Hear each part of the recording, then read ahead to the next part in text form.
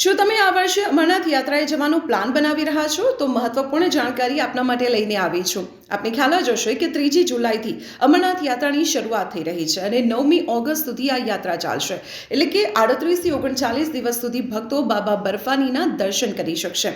હવે રજિસ્ટ્રેશનની પ્રક્રિયા 14 એપ્રિલથી શરૂ થઈ ગઈ છે. તમે ઓનલાઈન અને ઓફલાઈન એમ બંને રીતે રજિસ્ટ્રેશન કરાવી શકશો.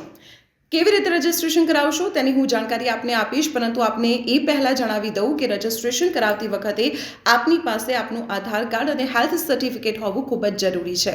હેલ્થ સર્ટિફિકેટ 8મી એપ્રિલથી આપવાની શરૂઆત થઈ ગઈ છે. તમે અર્બન હેલ્થ સેન્ટર પર જઈને હેલ્થ સર્ટિફિકેટ મેળવી શકો છો. પરંતુ હા, એ પણ જણાવી દઉં કે આપની ઉંમર 13 વર્ષથી 70 વર્ષની વચ્ચે હશે તો જ આપ અમરનાથ યાત્રા માટે રજિસ્ટ્રેશન કરાવી શકશો.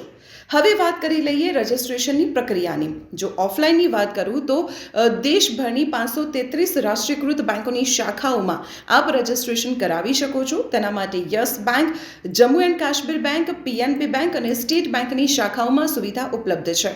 ત્યાં જઈને આપ રજિસ્ટ્રેશન ઓફલાઈન કરાવી શકો છો. હવે અમરનાથ યાત્રા માટે ઓનલાઈન રજિસ્ટ્રેશનની જો વાત કરવામાં આવે તો અમરનાથ યાત્રા માટે જો આપ ઓનલાઈન ઘરે બેઠા રજિસ્ટ્રેશન કરવા માંગો છો તો કેવી રીતે કરાવશો તેની સ્ટેપ બાય સ્ટેપ માહિતી હું આપને આપી રહી છું.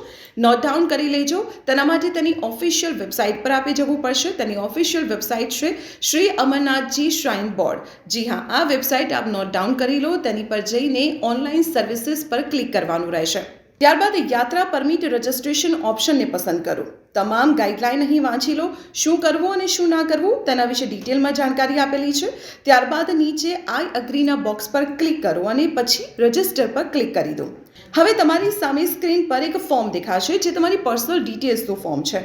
તેમાં તમામ વિગતો ભરી દો, જેવું કે તમારું નામ, યાત્રાની તારીખ, મોબાઈલ નંબર, આધાર નંબર વગેરે વગેરે.